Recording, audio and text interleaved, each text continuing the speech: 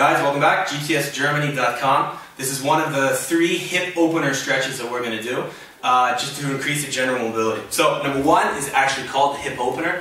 So, I start with putting my right foot in front and my left foot back. On this stretch, I like to call them positional stretches because we're focusing more than just on stretching one individual muscle. So as your left leg goes really back in this position, you might feel a bit of a stretch on the hip flexor. That's totally okay. And as my foot is stepped out in front, you're going to feel deep into your hip joint, if you will. We say hip capsule. So if you feel both the stretches, this is okay. So I'm going to start just by placing my hands in the middle and trying to get my back not to be so arched. So here, in this position, I'm just going to focus on straightening my back. One of the ways I do this is I call it the J-Lo position, the Jennifer Lopez position, is while I'm in this position, I'm focusing just kind of on curling my butt back as if you would have a J-Lo bottom, and trying to get my back as straight as we can.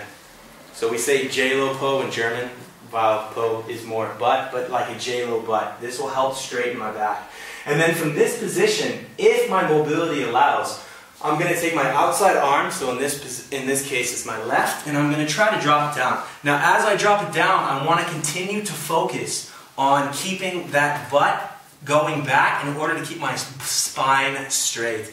So a lot of times we get to this position and we get a bit stuck. So if we're not able to drop the other elbow down, then what we can do is we can wrap this arm behind the leg. But one of the most important things with this stretch is as we start it and as we go deeper is the knee. The knee needs to be outside of the foot. I don't want to see the knee in front and I don't want to see the knee collapsing in because we want to open the hip in this stretch. So directly from here, I'm able to go down, I can keep my back a bit straight, and either I can wrap my arm under my leg if I'm not able to completely go deep enough so I can keep my balance, or I can also just trap my foot down. So once I find a resting position, I sometimes like to reposition my back leg to get me more in a straighter line. You can start rocking a bit to add a little bit of a mobilization into your hip. Or what I like to do is more of a contract, relax, and with this foot and this leg, I'm going to push down as if I'm kicking the ground and making a step here. I'll push for 1, 2, 3, 4, and then relax, and as I relax, I try to sink deeper into this position. Again, not allowing my knee to go over my toe or to fall in, allowing to track outside, which is opening my hip up, and then holding this position.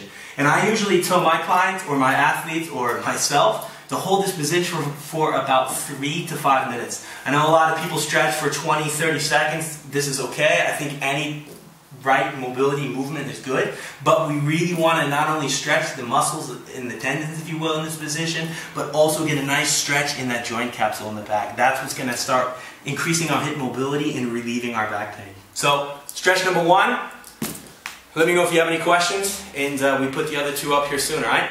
So,